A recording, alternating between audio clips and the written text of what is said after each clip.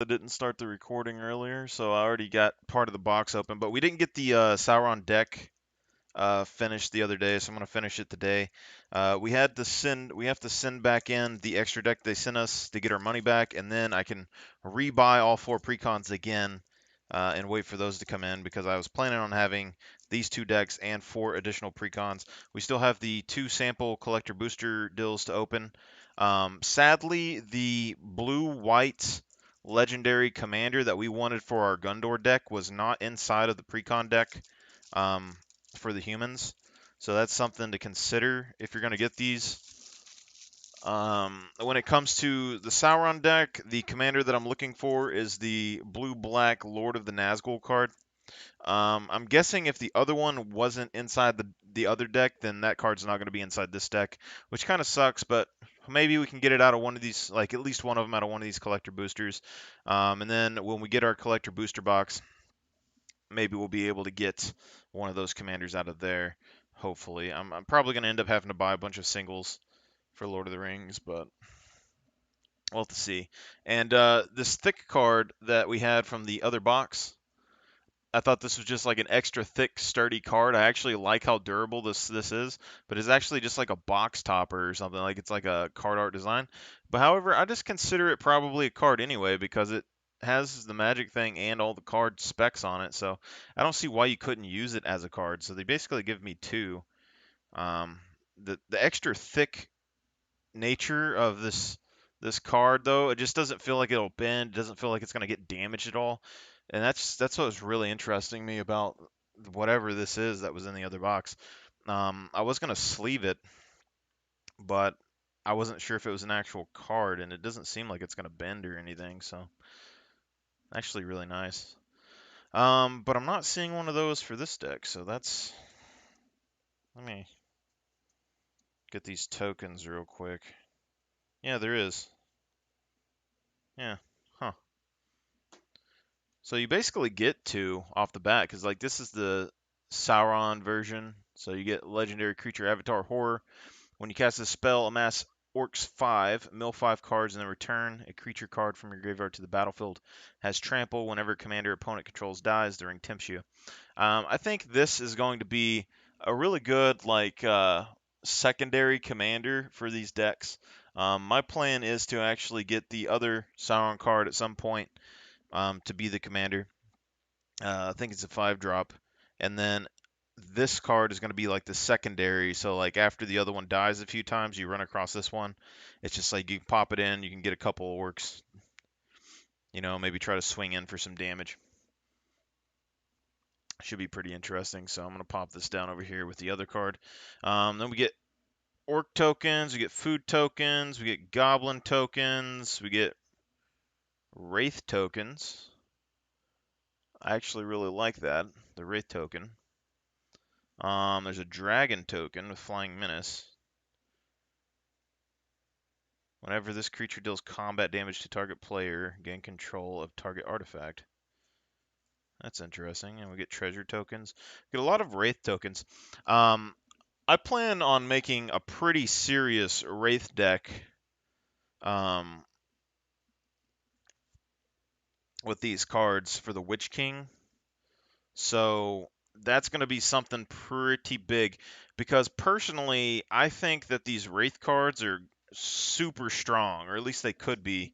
Because the Lord of the Nazgul is a 5 cost flying Wraith Noble. I don't think he's going to be in here, but the race you control have protection from ring bearers, and then whenever you cast an instant or sorcery spell, you create a 3/3 black Wraith creature token with Menace. Maybe they actually is in here since those tokens are in here.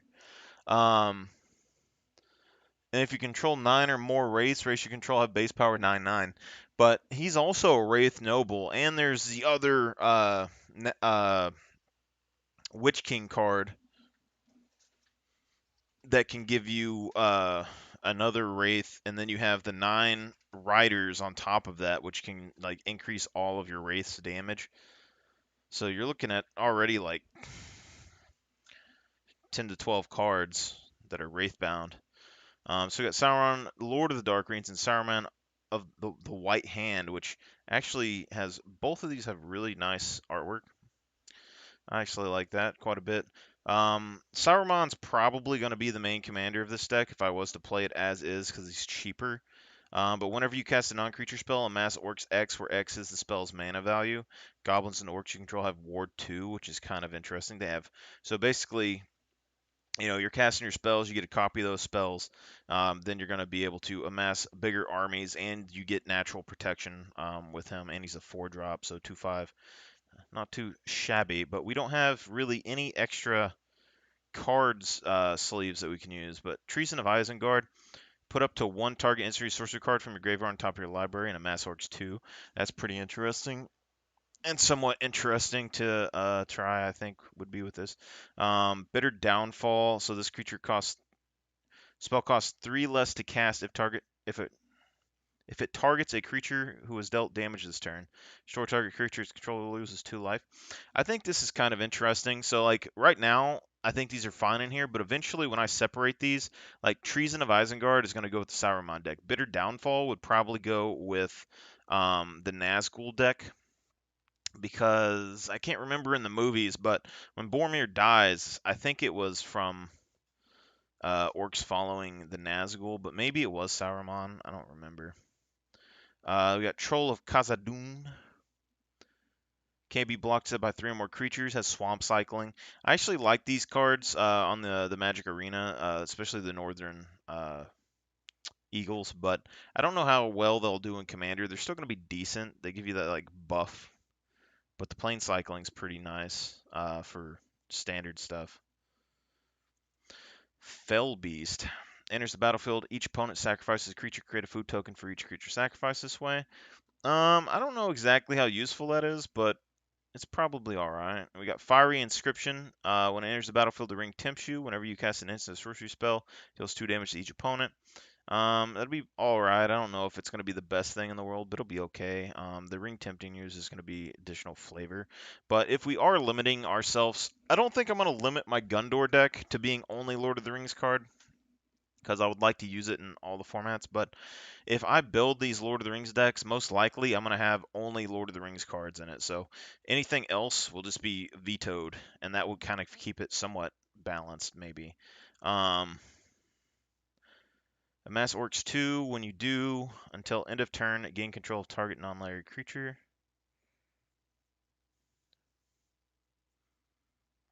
Opponent controls with power less than or equal to the amassed army's power. Interesting.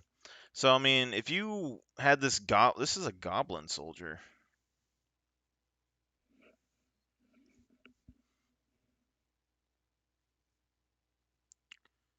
Did they have goblins in their army? Because I don't recall there being goblins in the army in the movies anyway. But this guy wouldn't be a bad commander if you could flicker him, but in red that'd be kind of hard to do. But interesting, a legendary creature goblin soldier. You know.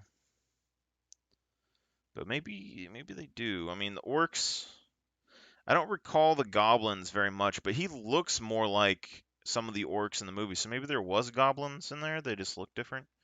Arcane Denial. Counter target spell, its controller may draw up to 2 cards at the beginning of the next turn's upkeep. You draw a card at the beginning of the next turn's upkeep. Interesting. So, I mean, you could counter yourself if you wanted to and then draw like 3 cards off of this. Probably wouldn't be mana intensive, but like if you had Saruman on the field, you cast like a simple spell and then you counter it with this, then you draw 3 cards and then you amass you'd amass orcs. I mean, Boon of the Wishgiver. Cycling 1 and draw 4 cards for 6 mana. This is interesting because it's Saruman giving out rings. I suppose you could put this in every deck, but I would be more tempted to put this in the Sauron deck itself.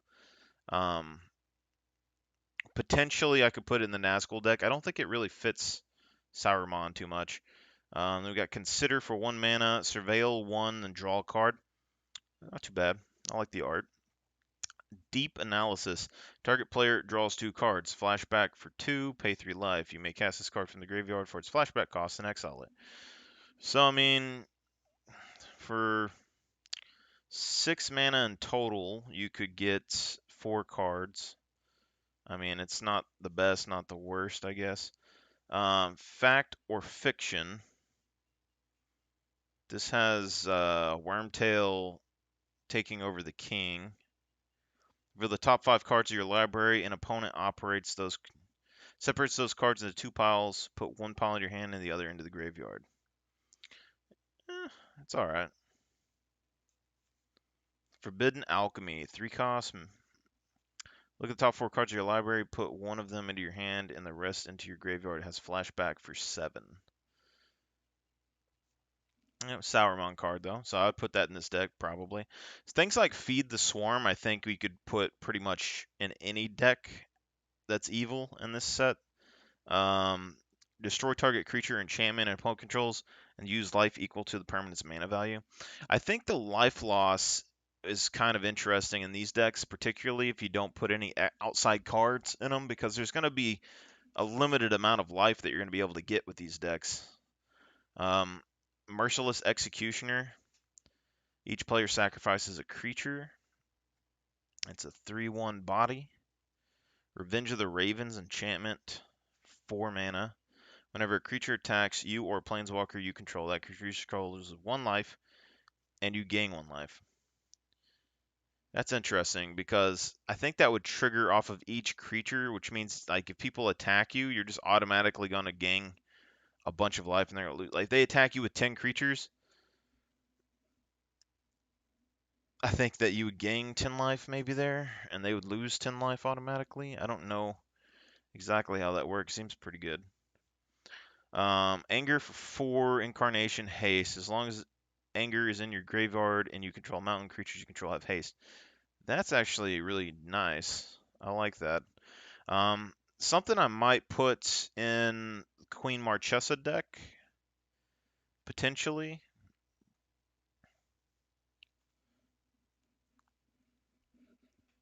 Just because you could summon this for 4, have a 2/2, and then when it dies and it's in your graveyard, just everything you're gonna have haste for the rest of the game. It's nice. Faithless Looting. Draw 2 cards and discard 2 cards. Flashback 3 for 1 mana. So we got Mouth of Sauron. Whenever enters the battlefield, target player mills 3 cards, then amass Orcs X, where X is the number of instant sorcery cards in that player's graveyard. It sounds like you might want to do that to yourself here, but I don't know. See, with Mouth of Sauron, I'd probably have in the Sauron deck, but I feel like you could potentially put that in the Nazgul deck if you wanted as well. But we haven't seen the blue-black Nazgul, so I don't know how that's working here. Goblin Crate Maker. Pay 1, sacrifice. Deals 2 damage to target creature or destroy colors non-land permanent. The Goblin Warriors and stuff, I don't know if you have enough to make a Goblin deck, but I don't recall Goblins in the movies so much. I mean, there was archers that might have been goblins. I don't recall. I mean, you did have the Mountain Pass. I guess Sauron might have sent them to the Mountain Pass when the Balrog showed up. Whenever you cast an instant or sorcery spell, Gutter Snipe deals 2 damage to each opponent. Goblin Shaman. Interesting. Shiny Impetus. Enchant creature. Enchant creature gets 2/2 and is goaded. Whenever enchanted creature attacks, you create a treasure token. I like that. Shiny Impetus. I would put that in the Queen Marchesa deck probably. I mean, 3 mana to enchant a creature and it can't attack you and it's goaded. And then whenever it attacks, you get a treasure token. So like basically 3 mana, it's like you can't hit me and I'm gonna get benefits off of you. I like that. I like that a good bit. As additional cost to cast this spell, draw a card or discard a card, then draw 2 cards. Thrill of Impossibility. Has more goblins on there. 100 ladders are raised against the battlements, over the wall and under the wall. The last assault came, sweeping like a dark wave upon a hill of sand. Hmm. Extract from darkness. So each player mills 2 cards. Then you put a creature from a graveyard onto the battlefield under your control. The power of their master is in them, and they stand or fall by him. This is interesting. 5 cost. Each player mills 2, and then you're putting a creature from a graveyard under your control permanently. That's interesting. I'd probably put that in Sauron, in the Sauron deck, potentially in the Nazgul deck. I guess you could probably fit this in all of them because Sauron kind of makes creatures out of the dirt in the movies, but Arcane Signet, Basalt Monolith. That's interesting. Just a 3 mana power spike. Commander Sphere. Ever-flowing Chalice. That's interesting as well. Looks like they're dumping a bunch of potions into a barrel, but yeah, that's an interesting card to put in here. I guess, everything's mana hungry, so it makes sense. Maybe you want some bigger mana, so you get a Mind Stone. We got Crusaders of Umbar, so human pirates. Target goblin, orc, or pirate can't be blocked this turn. There's a lot of cards in this set that make your stuff unblockable, which I find pretty interesting. Whenever Crusaders of Umbar deal combat damage to a player, amass Orcs 3.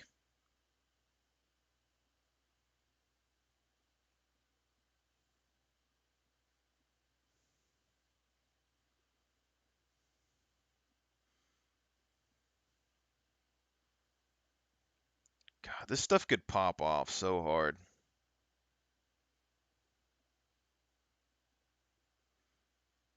Like basically, it's a 4-drop card that like just swings in and just makes something huge. That's Monstrosity of the Lake. The Monstrosity of the Lake enters the battlefield. You may pay 5. If you do, tap all creatures your opponent controls. Then put a stunner counter on each of those creatures. So this is the Watcher in the Water, basically, but I guess different. Also, I guess that's a Sauron. I don't know who controls the Kraken exactly in the movies. I think it's more connected with Saruman, but it seems like it would be kind of like a Mordor thing. Subjugate the hobbits. I'm guessing this is something. Gain control of each non-commander creature with mana value 3 or less. That's really, really good. That's really good.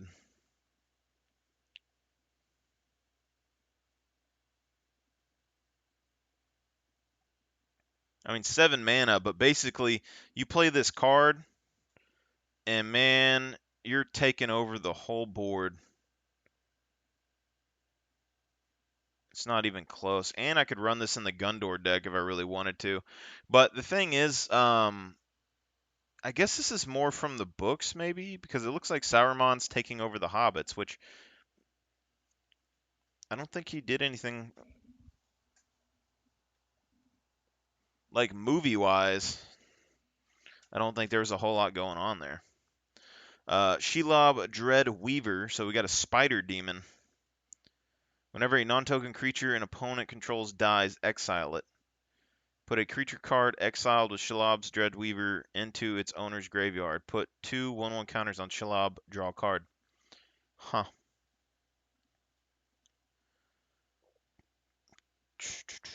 Yeah, I think Saruman as the commander would make the most sense. Just because in the movies he's like the first person that the people fight, and a 4-drop means it's probably going to be the first thing that you get out on the battlefield. But we haven't seen anything that makes wraiths yet.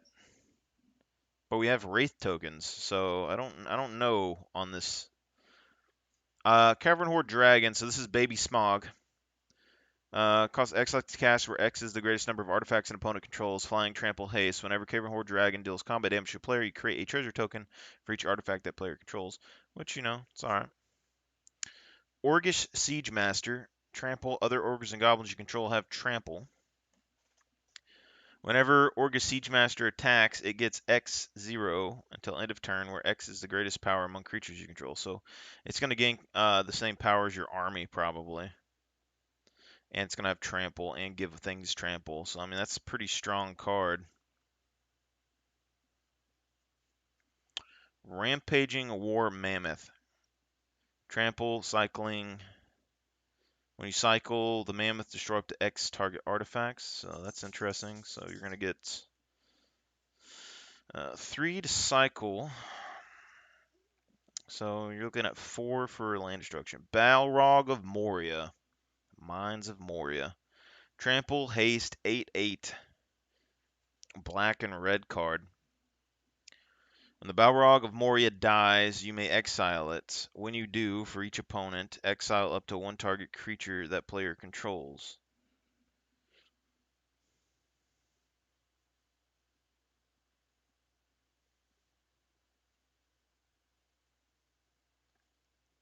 Cycle 4. When you cycle the Balrog, create 2 treasure tokens. See, I would like this to be a commander for the Goblin decks, but it's like if you exile it, that's it. Like that's the end of it. Okay, so we got some blue cards coming right here, so this is pretty interesting. So we got Grima Saruman's Footman. I have no idea who this is. It looks like it's supposed to be Wormtongue, maybe, but it's not. Grima Saruman's Footman can't be blocked. When Grima deals combat damage to a player, that player exiles cards from the top of their library until they exile an instant or sorcery card. You may cast that card without paying its mana cost. Then that player puts the exile cards that weren't cast this way on the bottom of their library in a random order. So this is interesting. Maybe like in the movies, maybe they combined this person and Wormtongue together, because in the movies Wormtongue gets banished, he goes back to Sauron, and he's like sitting kind of in the same spot that this guy's at. But it's interesting that he's unblockable.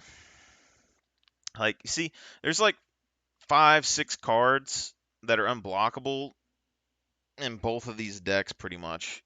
On top of other cards that you could get, they give you unblockable. But the Monarch really isn't an ability in this game. But with the ring, if I do a ring battle version where the ring comes in and anyone can take it like the Monarch, these would be really strong cards. In the Darkness, bind them. Alright, okay, so this is where they have Wraiths in there, right there. Oh, there is Lord of the Nazgul in here.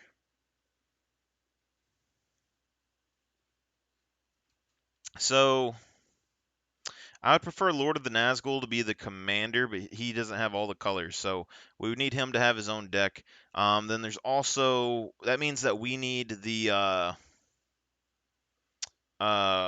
Witch King card, the mono black Witch King card, and we need the mono black Sauron the Necromancer card for that deck in particular. But this 5-drop, you get 3 turns where you create a Wraith creature token with Menace, and the ring tempts you. For each opponent, gain control of up to 1 target creature that player controls until end of turn. Untap those creatures, they gain haste, and the ring tempts you. I think this could potentially be good for Mordor and a Saruman deck.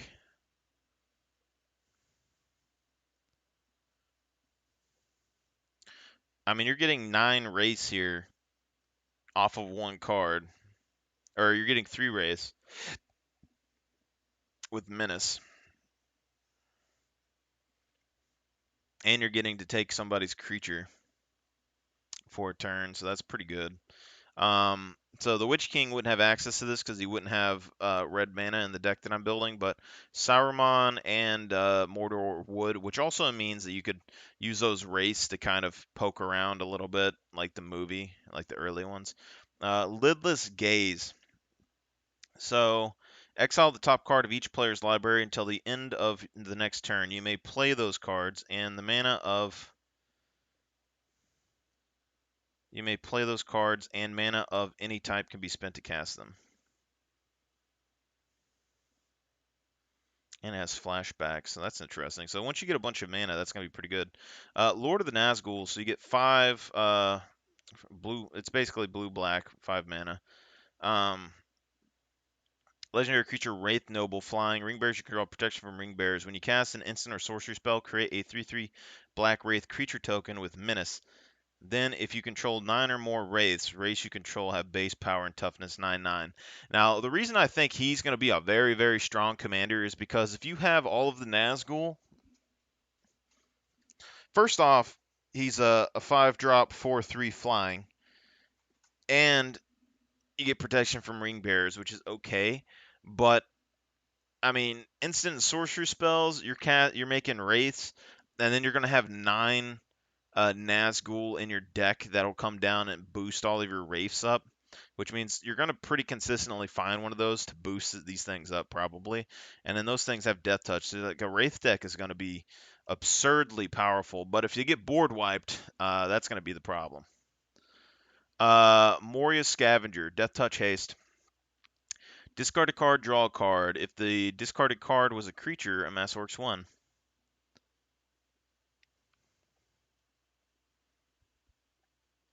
Death touched haste. Orc Rogue. See, this orc looks more like a goblin. Discard a card, draw a card. Discard a card was a creature card. So yeah, so you get a Mass Orcs 1, and you get a draw card. Summons of Saruman. Amass Orcs X, mill X cards. You may cast an instant or sorcery spell with mana value X or less from among them without paying its mana cost. Exile X cards from your graveyard. Interesting. For flashback, you exile graveyard cards, which means the cards that you mill are then going to let you use this a second time, which is kind of interesting. The thing with the army cards is like they're not super powerful, but they're kind of good. But with the number of cards that give you unblockable, like if you're going to build a deck around this stuff, you just need things that give your army unblockable, and literally you just one-shot people. Because like this card right here, you could amass an army that's like 10-10 like pretty easy, and then just give it unblockable and smack somebody pretty hard. And then you could just remake the things, or you could make it twice as big like the next turn. Too greedily, too deep. Put target creature card from a graveyard on the battlefield under your control. That creature deals damage equal to its power to each other creature. So like, this is another one that's like a pretty expensive card. I mean, you're putting a creature card from a graveyard onto the battlefield, so like any creature card, and then that creature is dealing damage to all other creatures. So if you have a pretty big creature, so like I don't know how big Lord of the Nazgul was. He's a 4/3. But like the Balrog of Moria, basically you could fight with him, he dies, everyone exiles creature cards, and then he'd be an 8/8, and then you could do 2 Greely, 2 Greep for 7 mana, bring back the Balrog, and then basically board wipe everything, which would be pretty epic. It's also black-red, though, so we wouldn't be able to use this in the Nazgul deck, but Saruman and Sauron could be good. Wake the Dragon. Create a 6/6 black and red dragon creature token, flying menace, and whenever this creature deals combat damage to a player, gain control of target artifact that player controls. That's also a pretty powerful thing there. Because it's like they could just take control of the One Ring pretty easily here. And has flashback. So you're looking at 6-drop for 6/6, and then flashback for 8.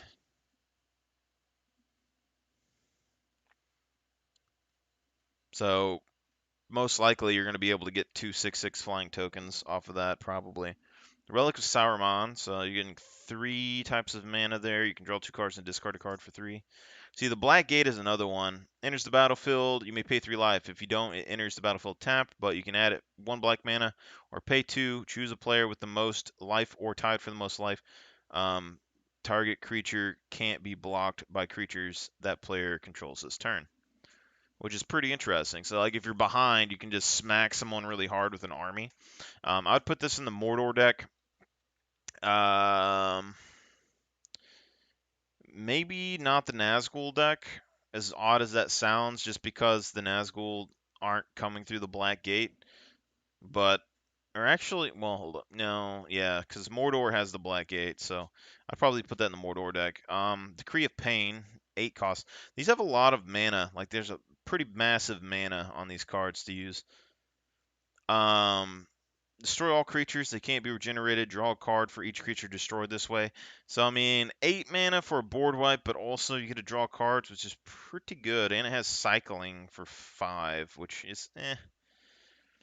But when you cycle it, all creatures get -2/-2 in turn. So you could do a board wipe that gives you a bunch of cards, or you could get rid of a bunch of tokens um, pretty easily while getting a 1 card draw, which is, I guess, probably decent. Languish, 4 mana. All creatures get -4/-4 until end of turn. That's interesting. It seemed in the Tender of the Sick that on the Halfling and on the Lady of Rohan, this Milady lay heavy. I think it's supposed to be melody, but it's like Milady. Soon they began to fall down into the darkness, and as the sun turned west, the gray shadow crept over their faces. Interesting. Living Death, 5 mana. Each player exiles all creature cards from their graveyard, then sacrifices all creatures they control, then puts all cards they exiled this way onto the battlefield. So,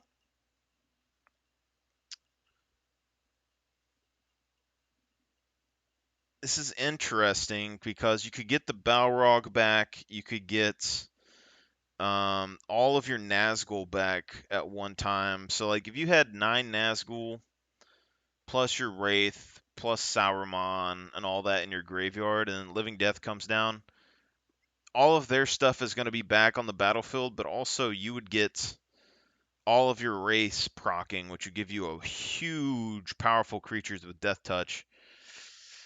Oh, I could see that being pretty good. And we got Reanimate. For 1 mana, put target creature card from a graveyard on the battlefield under your control. You lose life equal to its mana value. But the ring race themselves cannot be so easily destroyed. So this is interesting. So I'd put this in the ring race deck. I'd put this in the Mordor deck. With Sauron, I probably should put it in there, but I probably wouldn't, just because he isn't necessarily um, a necromancer. I wouldn't think, but it's also a pretty cheap spell that they could amass orcs with. So who knows? Spell Blasphemous Act. Oh, sorry, so that's a board wipe that deals damage to everything. It's pretty good. Goblin Dark Dweller. When Goblin Dark Dwellers enters the battlefield, you may cast target instant or sorcery card with mana value 3 or less from your graveyard without paying its mana cost. Okay. Inferno Titan. I think these are the things that were fighting in the mountains, maybe. So 6-drop for a 6/6. Pay 1 red. It gets 1/0 until end of turn. Whenever Inferno Titan enters the battlefield or attacks, it deals 3 damage divided as you choose among 1, 2, or 3 targets. I'm going to assume these are the creatures that were fighting in the mountains during the movies. That's what's interesting with the Sauron thing. So, like, Sauron has orcs, ringwraiths, and, like, Easterlings and stuff under his control or whatever. And the Balrogs. But it seems like movie-wise, I'm guessing Sauron was like leading the goblins and controlling the Watcher in the water and controlling the mountain giants and stuff. And while he was making his orcs, potentially, is what they're saying.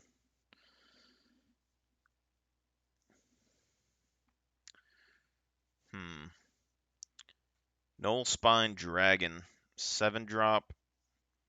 Enters the battlefield, you may discard your hand and draw cards equal to the damage dealt to target opponent this turn. Interesting.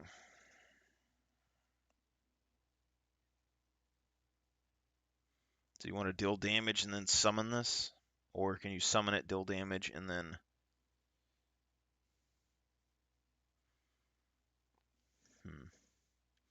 Of the 7 rings of power the Dwarf Kings possessed, 3 Sauron has recovered, and the others the dragons have consumed.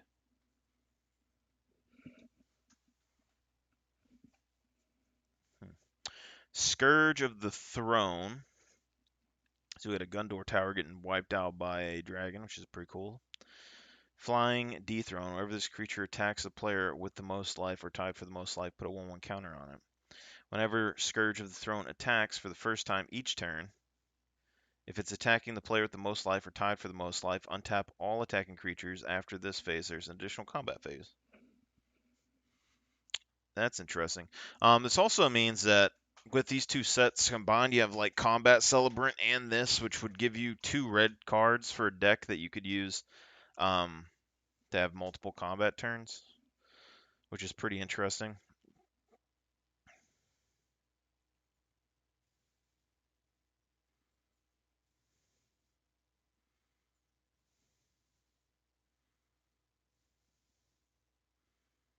Hmm. 5/5 flying with Dethrone. Siege Gang Commander, so we got a Goblin. When Siege Gang Commander enters the battlefield, create 3 1/1 Red Goblin creature tokens.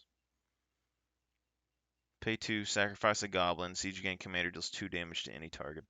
This is interesting just because like you could make a really powerful Goblin deck for Lord of the Rings if you wanted to. If you used outside cards, because like Krenko as a commander with any of these, you could just keep doubling and keep sacking. Like this, if you have any source of creating Goblin tokens and you just sacrifice Goblins and deal 2 damage to any target over and over again, it'd be pretty crazy. Treasure Nabber. Whenever an opponent taps an artifact from mana, gain control of that artifact until the end of turn. Next turn. 3-drop, 3/2.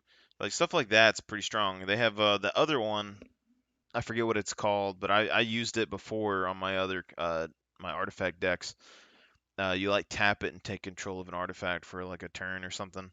So like there's a bunch of goblin cards that actually take artifacts, which is actually kind of nice. As well as the dragons on top of that. So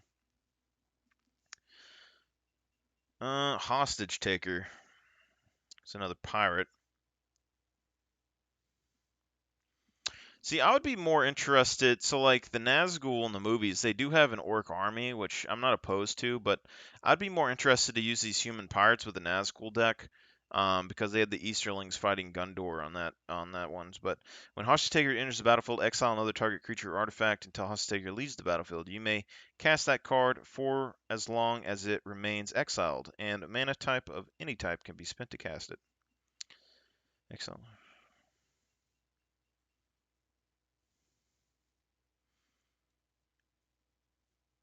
That's interesting. So you exile something off the battlefield, and then you can cast it. Notion Thief, Human Rogue. 4-drop, Flash. If an opponent would draw a card except the first one they draw each turn of their draw steps, instead that player skips that draw, and you draw a card. That's a pretty strong card here. I mean,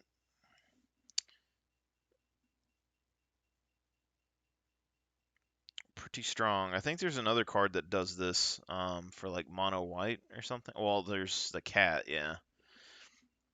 Makes them draw 1. This guy actually just takes their draws, which is pretty interesting. Choked Emissary. We got Desolate Lighthouse. Dragon Skull Summit. See, stuff like this is interesting. Enters the battlefield tapped unless you control a swamp or a mountain, and it's black-red. So, like, even things like this we could put in our Marchesa deck that I want to build, and it's actually on theme with a lot of the stuff that I want to put in there anyway, because I want to make a proxy commander for that deck. Because Dragon Skull Summit here, it's like perfect artwork for what I want to do. We got Drowned Catacomb. They got blue-black. Forbidden Ruins. Foreboding Ruins. Reveal a Swamp or Mountain card from your hand. If you don't, Forbidden Ruins enters the battlefield tapped, but it's also a dual land. So there's stuff like this that's just pretty interesting because it could potentially come in untapped. But it's also a dual land for mana fixing, which we could use for the Marchesa deck, which I like. Frostboil Snarl. Enters the battlefield tapped unless you control 2 or more basic lands. So these things like this, Smoldering Marsh. Pretty good, dual land. See, all I'd need is like probably a bunch of these dual lands with my Marchesa deck, and then probably like, I don't know, 5 to 10 of each of the basic lands. And then artifacts to pull out my basic lands, and then whenever I ran across these, I'll just get a free dual land down. Sulphurous Spring, so you get black or red. Deals 1 damage to you. Sunken Hollow enters the battlefield tapped unless you control 2 or more lands. Okay, we got a Soul Ring with Sauron. Worn Power Stone with different art. I like it. Command Tower. Crumbling Necropolis is, I like that. They need something like that that's black, red, white. I could put it in the Marchesa deck. So Evolving Wilds, Field of Ruin, Path of Ancestry, Rogue's Passage again. Another unblockable. Terramorphic Expanse, and we got a bunch of water. And we got some mountains. Ooh, crap. Of course I would drop everything. So I would say Sauron probably going in the 99. Saruman.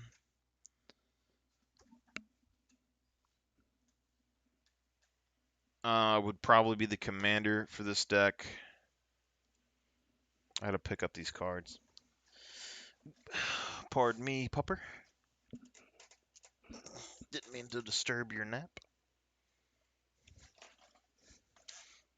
Oh.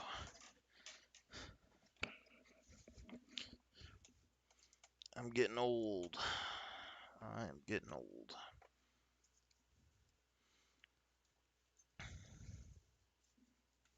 I could temporarily use my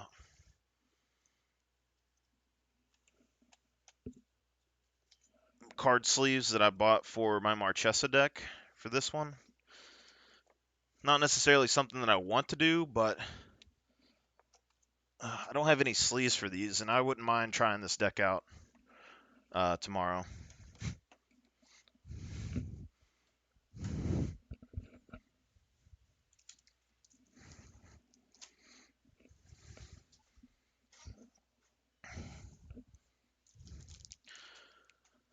So my Marchesa deck sleeves are going to be this guy. Pretty good. Pretty good stuff.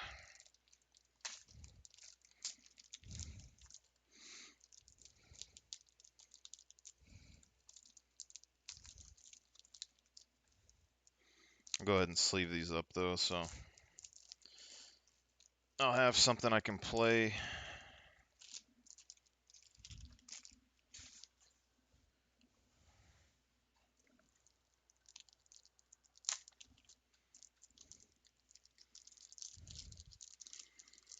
And then we'll just have to replace these sleeves and stuff later.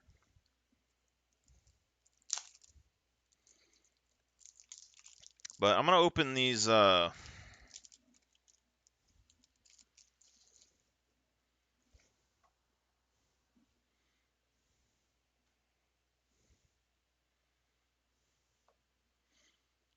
sample packs really quick.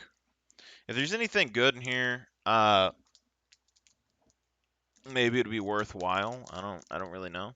But we have 2 of these. We're going to get 4 more when we get the other commander packs.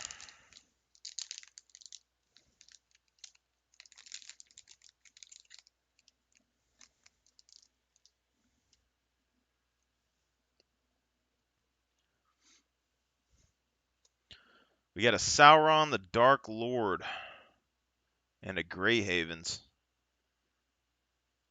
Legendary creature avatar horror. We got 3, 1 blue, 1 black, 1 red. Ward 1. Sacrifice a legendary artifact or legendary creature.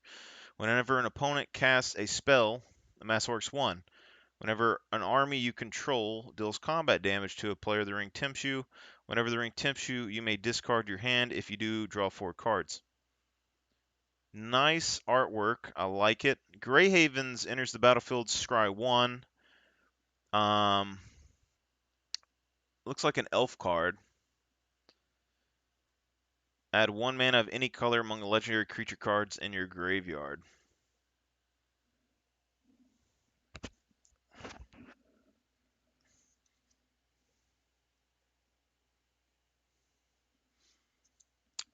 Kind of sad that I open these right now, because that's kind of...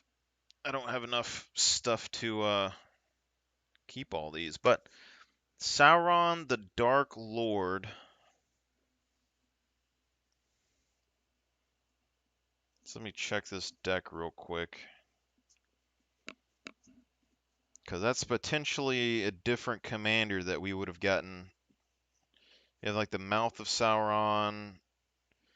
I guess the question is, would that be better or worse as a commander? It's a 6-drop where Sauron is a 4-drop.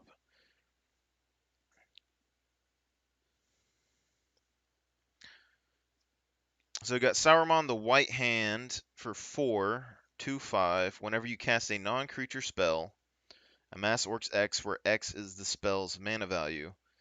And the Goblins and Orcs get Ward 2. But Sauron the Dark Lord, you get a 6-drop. Sacrifice a legendary artifact or creature to give it Ward.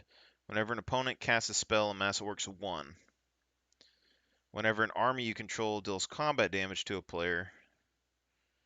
Yeah, I don't know what would be better. I think Sauron would probably be better, but it's whenever you cast a non-creature spell. So we have creature 1, 2, 3, 4, 5, 6, 7, 8, 9,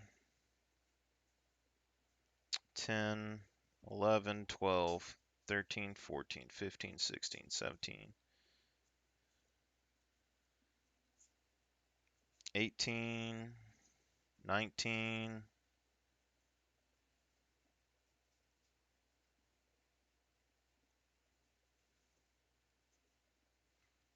20, 21,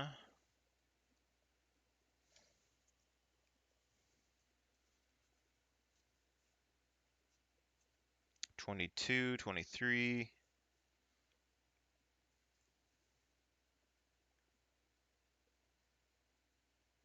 24, 25, 26, 27, 28, 29, 30, 31, 32.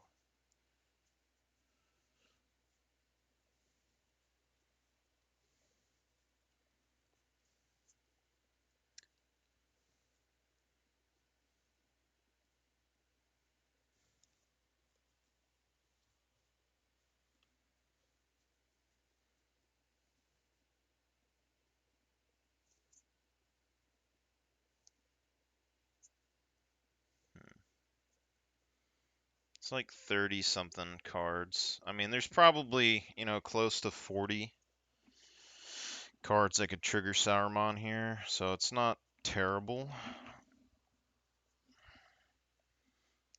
Question is, what card would I take out to put Sauron the Dark Lord in this deck?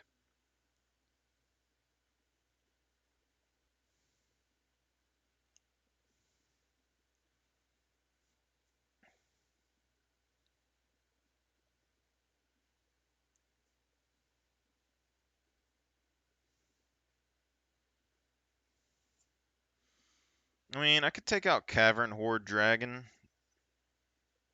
It's more of a Hobbit card anyway. But it's also a pretty good card for getting additional mana, so there is that.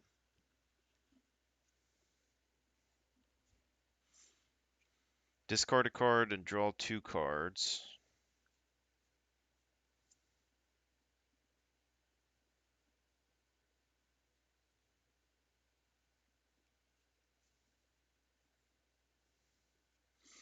I think Troll of Khazad-dûm we could probably take out.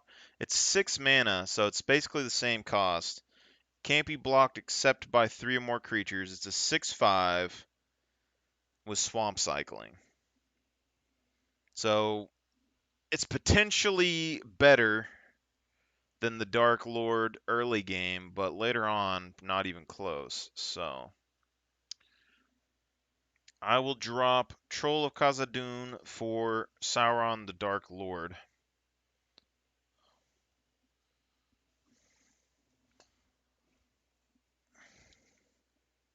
Each opponent sacrifices a creature. All right, let's see what's in the other sample pack real quick. Kind of interesting to see. Also, our booster pack is going to be one of the later prints probably because we're not getting it until the end of the month. So I'm assuming it's going to take a while to get shipped out, which means it's probably not one of the first prints boxes. My guess would be, which is what we want.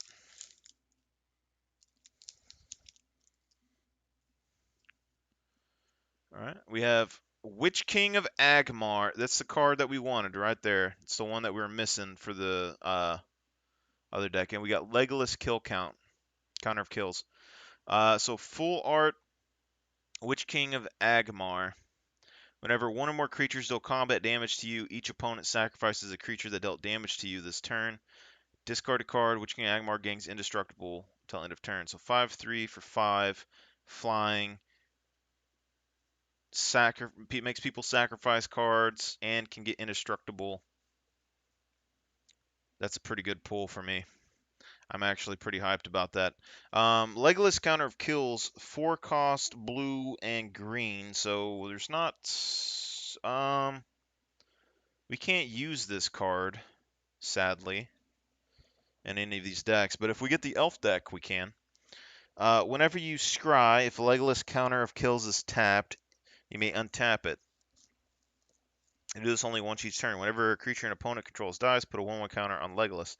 So this is the card I would use for the Fellowship deck with Aragon the Uniter, probably. But we don't. We need some card sleeves for these two.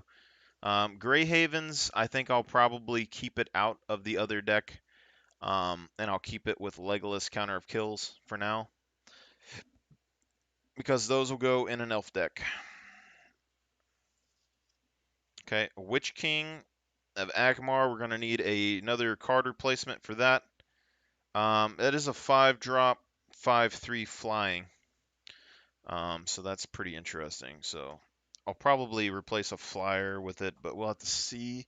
I don't know if I have any additional card sleeves anywhere. I have some plastic cases. Let's see. Witch King of Agmar. Let's see what we can get with this.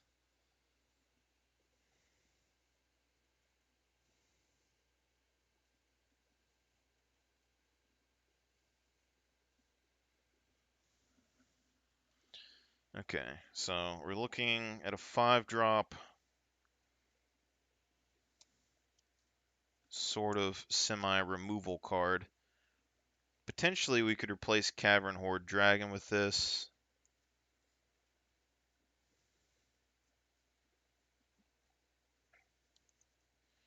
Fell Beast enters the battlefield. Each opponent sacrifices a creature, create a food token. So it's a 6-drop, 4/4 flying that makes people sacrifice a creature. I could probably drop this Fell Beast for the Witch King. Lowers the mana just a little bit. I mean, bigger body, still flying, similar effect. Probably be alright. Lord of the Nazgul. Yeah, but this means that when we start building our other deck, we have Lord of the Nazgul and we have the Witch King already in there. So we need Sauron the Necromancer for that deck if we're going to do it. So that's going to be pretty big. And then we're just going to go ahead and use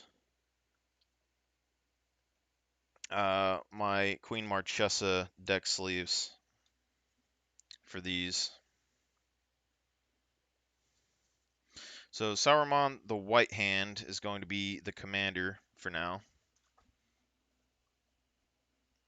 Sauron Lord of the Rings will be one of the 99. The Witch King of Agmar will be one of the 99. Sauron the Dark Lord will be one of the 99, and this is also going to be the commander of the Sauron deck. So eventually, when we do make our Sauron deck, it's going to be Sauron the Dark Lord as the commander and Sauron Lord of the Rings as one of the 99.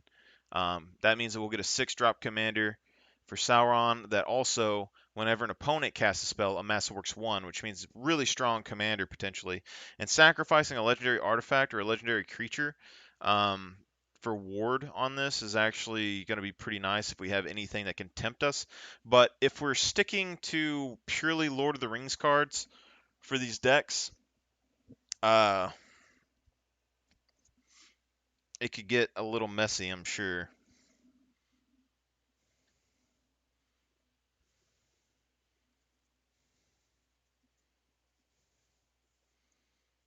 Okay. So I'll go ahead and take these. I'm happy that my Marchesa sleeves are going to be a lot smoother. I don't think I would probably prefer what I'm probably going to end up doing is getting a bunch of like the Gandalf wizard sleeves for the Lord of the Rings decks. That way like when I make my full set of Lord of the Rings cards, it's going to just be everything with the same back sleeves. So if I want to change any of the cards out, I won't have any problems. I think that'd probably be the best way to do it. I will go ahead and check at Walmart when I'm going to drop off my package to get my refund today and see if I can find a 4-pack or if they're selling them over there for like 50 bucks. At which case I would buy all 4 precons again there instead of just waiting for Amazon to fix its problems. But this deck is going to have a massive increase. It's just a massive amount of mana to cast a lot of these creatures, but they look to be pretty fairly big impact creatures for sure. But also, I think Sauron, being that we are going to be kind of stuck with him. I mean, whenever you cast a non-creature spell, you amass, and then goblins and orcs, you get like ward 2. I don't think it's necessarily stronger than the Dark Lord. But we have like 40 cards that potentially could be there, so I don't know if it's worthwhile to put Sauron the Dark Lord as the commander or not. As you sacrifice, if an opponent casts a spell, you amass Orcs 1, but it's a 6-drop, so it's going to come out at least 2 turns after Saruman, White Hand. But Saruman the White Hand needs non-creature spells to hit the battlefield just to amass Orcs 1.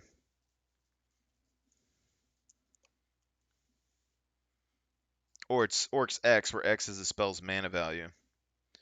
So even though Saruman is a lower cost, he doesn't really get any major effects unless you're casting spells that have a pretty decent mana size. Which means like our 3-drop spells are probably going to be fine. Like, this is a 5-drop. We got a 2-drop, 3-drop. Yeah, so like out of all these cards here, we got like 3 cards here going 3 to 5. It's basically just making your spells have costs. So most of these are like 4 drops, 3 drops. It's kind of hard to tell what would be the best because like some of these cards just it wouldn't really matter so much, but you might want to get value out of them early. And at that point, Sauron might be the best option for it.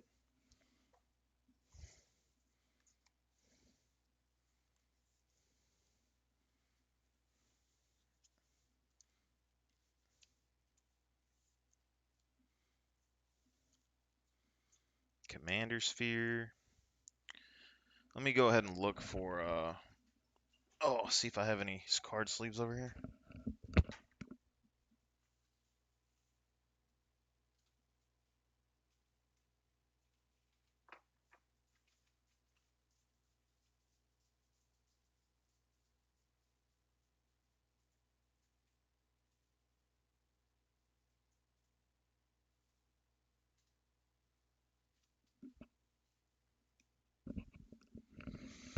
I don't know about card sleeves, but we have a couple of the equipments that we had for some different decks and the Angelic Skirmisher foil for the Marchesa deck. So we can take these out, potentially, and then I will slide Legolas into this sleeve, and I will slide Greyhavens into this sleeve, and then I will put them into a card book until we get the other decks situated, potentially.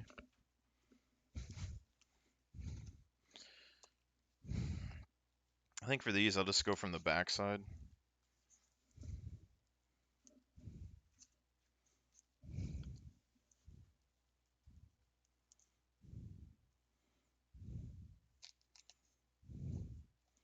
They'll be all right back there until... Oop.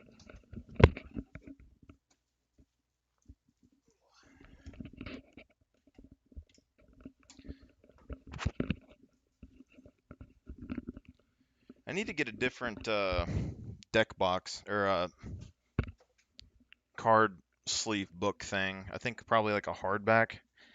Because that thing right there, I could see you bending your cards on accident, for sure. These cards I'll just slide... Oh... into somewhere. I'll slide it in here with this coat of arms. I'll put the scimitar in between them, so maybe it'll help.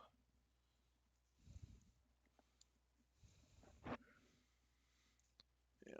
I'm pretty sure these cards were up here for the Queen Marchesa deck, but I don't remember off the top of my head. That deck's been on the back burner for a while.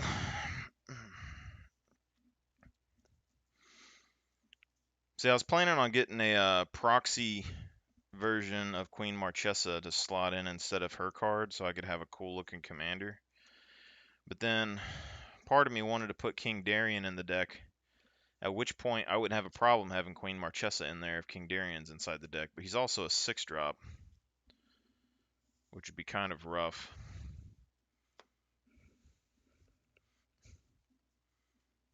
But if we make a Nazgul deck for this, it's going to be black and blue. But we'll probably need all of these lands and stuff for the Sauron and the Saruman deck. So we could potentially buy an additional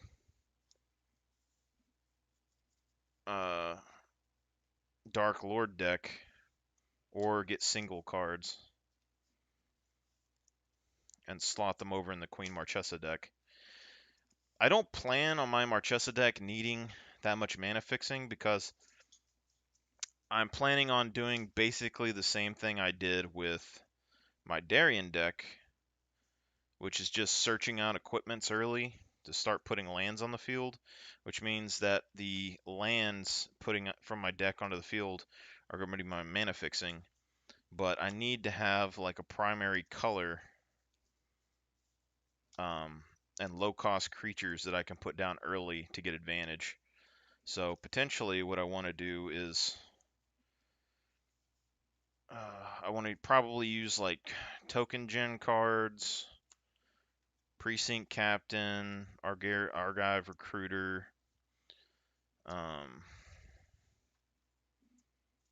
Hero of Bladehold, stuff that produces like a token each turn. Like, there's one card in the Gundor deck over here that has like each turn you produce one soldier. And then I want like the battlements taunt from the battlements card potentially from Lord of the Rings. Yeah, these are a lot smoother than the other ones. Yeah, the top from the battlement cards from the other Lord of the Rings set I want to stick in there. But potentially all that deck is going to be is I think Queen Marchesa is like a 4-drop. But basically bow equipments, so assassin tokens will be able to hit with their death touch. Search cards that will get equipments out and attach them for free onto my creatures.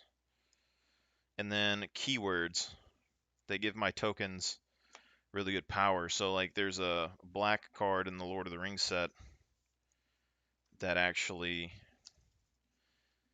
gives you all tokens get death touch.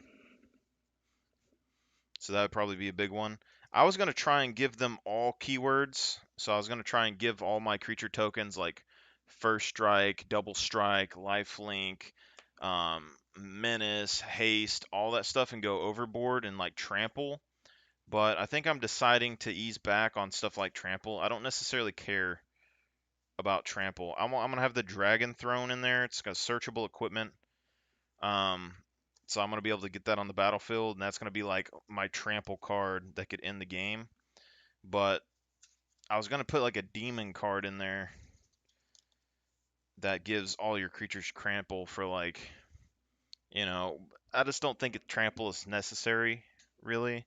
Whereas like Death Touch would be really strong. It wouldn't really matter for like my commander because she makes Death Touch tokens, but for my soldiers, it would matter. Just having access to that. And then that means that I could have that card plus like Aldrich Master Tactician, um, which in combination with Marchesa would give me, 3 sources of Death Touch in the deck, which would be pretty nice. If there's any more, I could potentially get those as well. Then you also got like equipments that you could use. But I figure I don't necessarily want a deck that's just going to steamroll people. I want to be like a political deck. And my goal for that deck in particular is instead of having just keywords, I want to have a defense. And there's a lot of like there's 2 shields and a bunch of other cards that make it to where your creatures can block an additional creature each turn. So I just want like an indestructible death touch creature that can block like 6 creatures per turn. Like imagine if I have 20 tokens and each of those tokens can block 4 creatures. That's the kind of stuff that I'm planning. So it's kind of like Pillow Fort with soldiers, but then I want to give my soldiers to people. So I'm going to put like assault armor in there, assault suit, and give people, like if I have like a precinct captain, I get them down early, I stick a sword on them or something, and then I can get assault suit attached onto it and give it to people. So like I would be able to attack and proc and get a land, for instance, and then I would be able to say get 1 soldier token, and then I could have assault suit attached to them, and then be like, hey, I'll give you control of this if you help me or blah blah blah. So I would give them control of my thing. I could basically control who gets additional mana ramp on the field and who's going to be like my primary ally that I have to betray later. And they're going to be less inclined to try and kill the creature off with the assault armor if they're getting additional land from it, you know? Which means then they're going to attack each other with it because they want the additional land. And they will each get an additional creature, which depending on their deck could also help them. So they keep doing that. They're blocking, attacking, whatever. I use my Death Touch tokens to kind of kill things off before people are able to get any advantage out of them. Like if they try to sack a token, I could just Death Touch ping it before they'd have a chance to. And then I would have a card that basically, instead of having board wipes, I'm going to have cards that goad targets. So there's an equipment that does it. So I could stick the equipment on one of my creatures, give them to each person, and then they hit each other and they start goading each other for me. Or I can have. Actually, that might not be the best thing because if that means if I give them a goad creature, they hit somebody, then that person's goaded and they might be.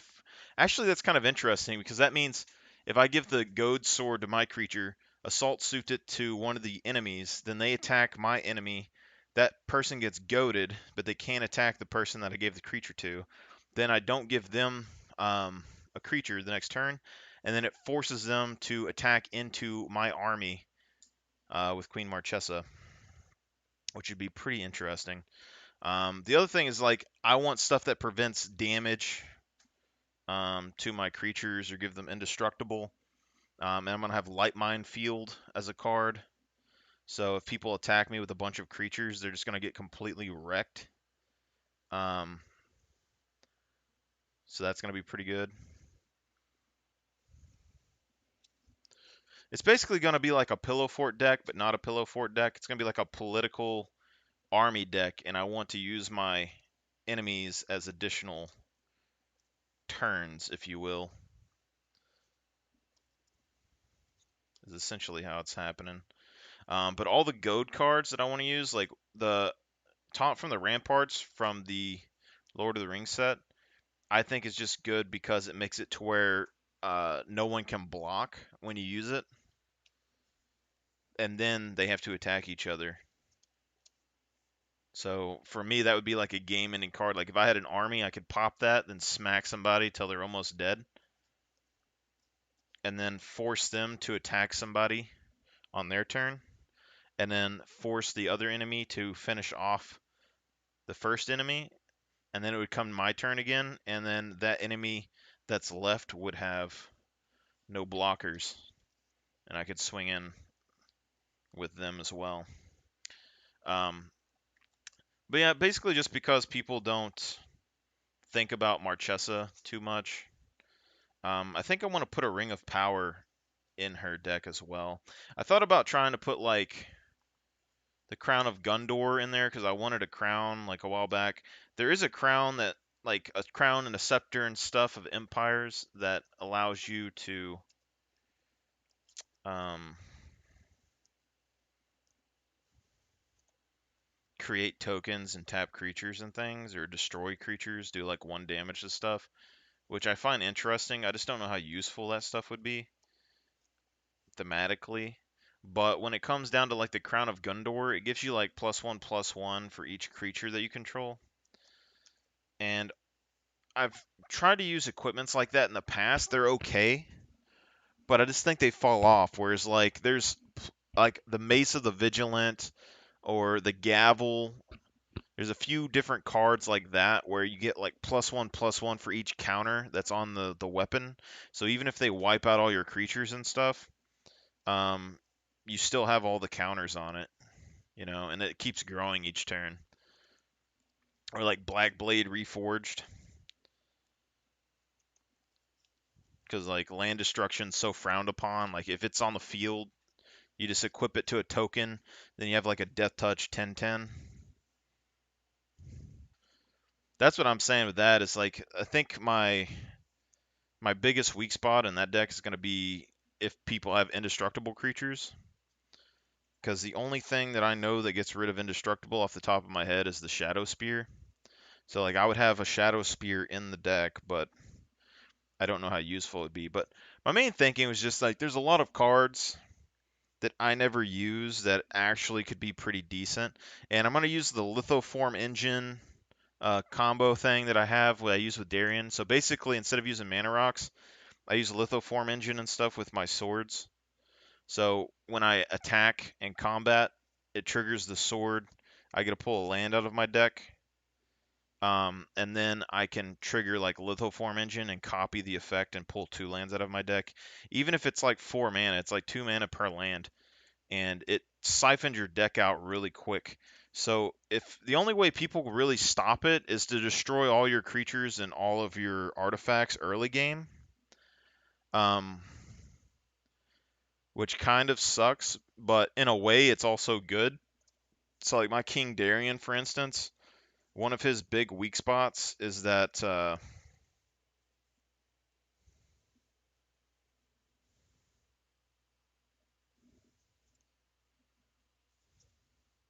what's happening here?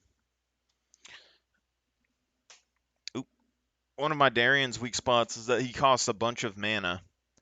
And so if somebody targets him and keeps killing him over and over again, or if they keep destroying his mana base over and over again, then he just becomes too expensive to cast. So the swords that I use actually help me get him on the battlefield and keep him there. Because early game, I got like weaker creatures that they could ping, but if they do that, then they don't have any removal for when Darien hits the field. And if they destroy my artifacts, then they don't have any artifacts to destroy my bigger mana rocks later, which is pretty good. So we got 2 leftover things. I gotta count these. So we got 2 cards there. 3, 4, 5, 6.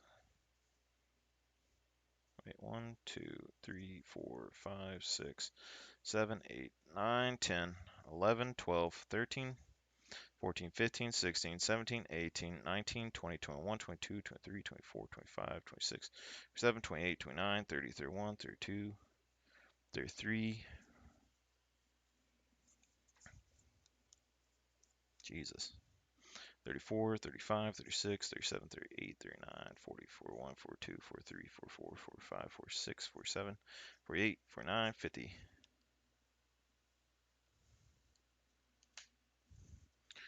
51, 52, 53, 54, 55, 56, 57, 58, 59, 61, 62, 63, 64, 65, 66, 67, 68, 69, 70, 71, 72, 73, 74, 75, 76, 77, 78, 79, 80, 81, 82, 83, 84, 85, 86, 87, 88, 89, 90, 91, 92, 93, 94, 95, 96, 97, 98, 99, 100. Why do I have 2 additional card sleeves here?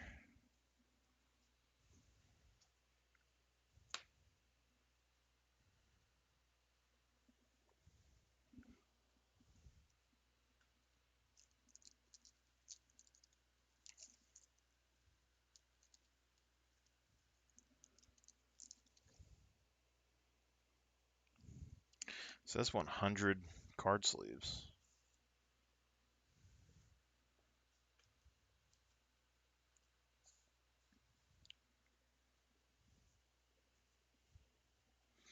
One, 2, 3, 4, 5, 6, 7, 8, 9, 10, 11, 12, 13, 14, 15, 16, 17, 18, 19, 20, 21, 22, 23, 24, 25, 26, 27, 28, 29, 30, 31, 32, 33, 34, 35, 36, 37, 38, 39, 44, 1, 42, 45, 46. Oh, crap. I already messed up. 1, 2, 3, 4, 5, 6, 7, 8, 9, 10. 1, 2, 3, 4, 5, 6, 7, 8, 9, 10. 1, 2, 3, 4, 5, 6, 7, 8, 9, 10.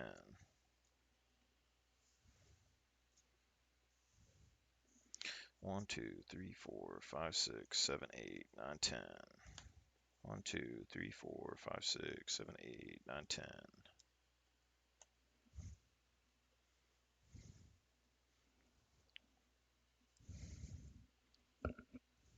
1, 2, 3, 4, 5, 6, 7, 8, 9, 10. 2, 3, 4, 5, 6, 7, 8, 9, 10. 1, 2, 3, 4, 5, 6, 7, 8, 9, 10. 1, 2, 3, 4, 5, 6, 7, 8, 9, 10. 1, 2, 3, 4, 5, 6, 7, 8. So we just have 2 additional card sleeves for some reason. Weird.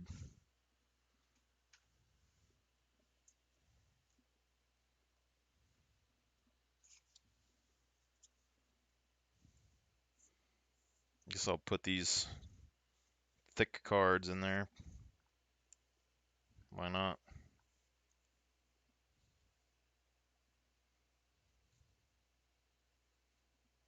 I wish I could get a whole deck of these thick cards because these things feel durable.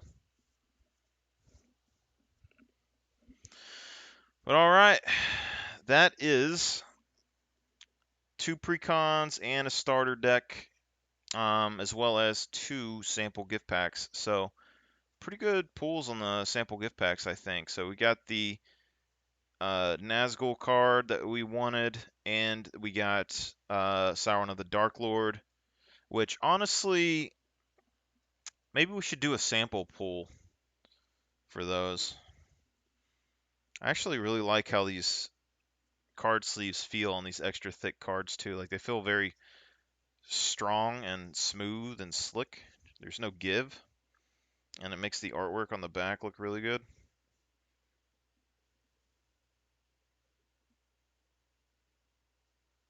Cool. All right. Yeah, so each of these has basically 20 cards. So we're going to do a sample pull of this deck. Just keep in mind that the Nazgul replaced the Fellbeast and the Sauron the Dark Lord replaced the Troll of Khazad-dûm. Something to keep in mind.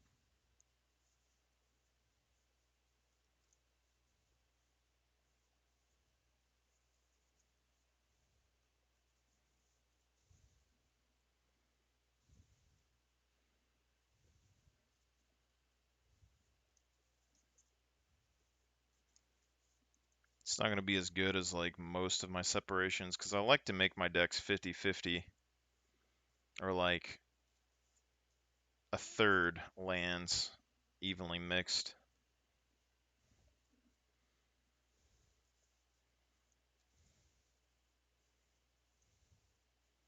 Because these probably aren't going to do the best job mixing it.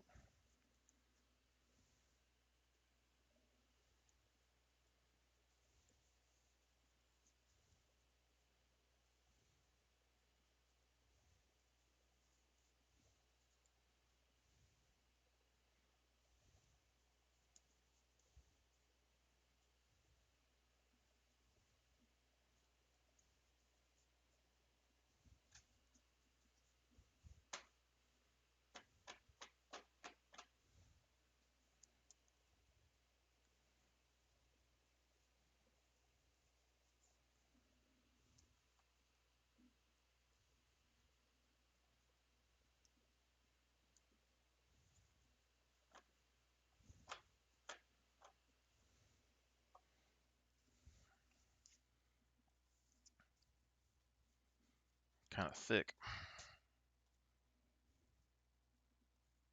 Okay. 2, 3, 1, 2,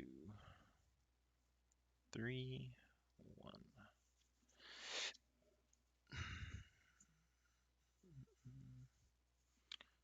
So we got 3 lands and 4 creatures.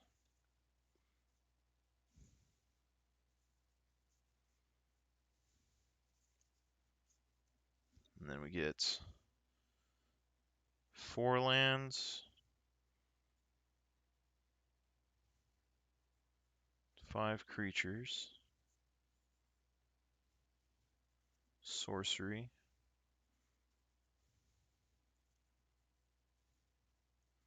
Yeah, I think it's alright.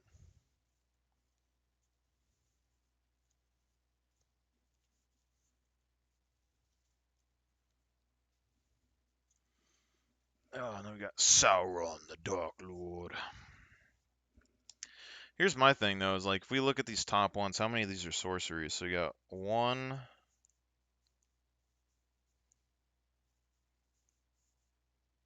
Yeah, so like, out of all these cards, like, we would get Sauron down at turn 4, and then we would have nothing happening for a while until, like, turn 6 or something, where we can draw 4 cards. So that would give us, like, a mass 6.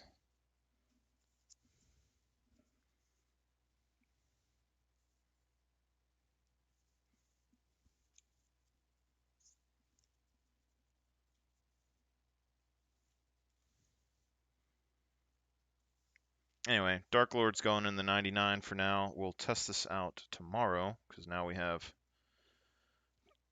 2 decks here.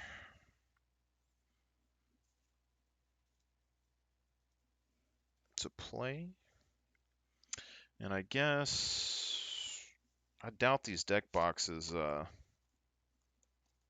hold all these cards. I very much doubt it. Be good if I could just bring these tomorrow and not have to worry about a box. Actually, yeah, actually pretty close. Because I have a big box of things that I use, so it's actually pretty nice that I can put those in here. I don't know if I can fit my life counter in there. That'd be good. We actually also have the Needless Eye in here. When it enters, gain control of target creature until end of turn. Untap.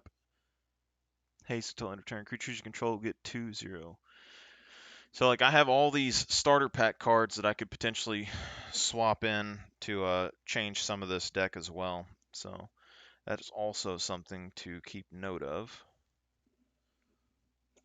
because I have additional commanders in both of those.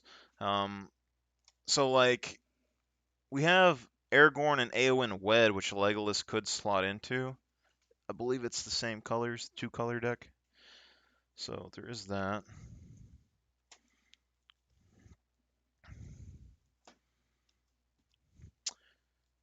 But now we have Eowyn Shield Maiden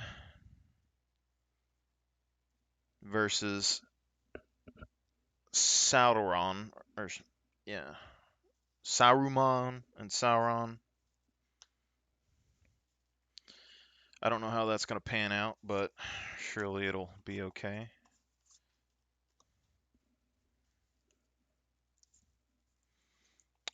See, with the human deck, see, these things, they stick together. Compared to my other sleeves that I just got, these things are way more sticky. They don't seem to want to flow in very easily. But if we get an additional deck of these, I mean, we could get potentially 2 more decks, maybe. Depending on how much they cost in store.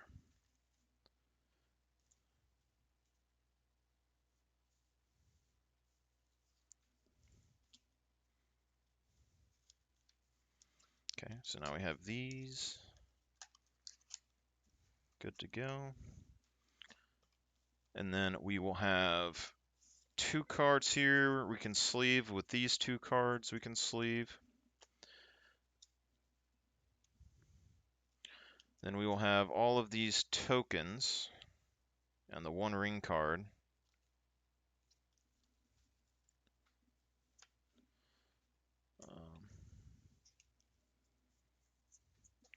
As well as these. We're going to stick these all here. And then I will bring the starter box potentially tomorrow as well. And then hopefully we get to keep our job this week because our company got bought out. And the new owners are doing interviews. And you've seen my hair. I've been trying to grow it out, but I do not know how to manage it. So hopefully they consider me still professional enough to do the job. But that has been 2 precon openings and a starter box opening, as well as 2 sample booster packs, collector booster packs. So hopefully that lets you know kind of what you're dealing with when you do these. Deck-wise, though, I think we got a pretty lucky pull out of here. And these 2 decks, I don't remember exactly what was in here, but we know we at least have these 2 additional commanders, which Aragorn, when it enters the battlefield or attacks, you put a 1/1 counter on each creature. I don't think that we have access to green with this deck, so I don't think we can use him. But Sauron the Leadless Eye enters, you gain control of a target creature until the end of turn, and then you untap it, gets haste, and then creatures you control get 2/0 until end of turn, I believe, and then each opponent loses 2 life. That would be pretty good for here, but it's also an additional Sauron card. But I'm going to hop off here. Y'all guys have a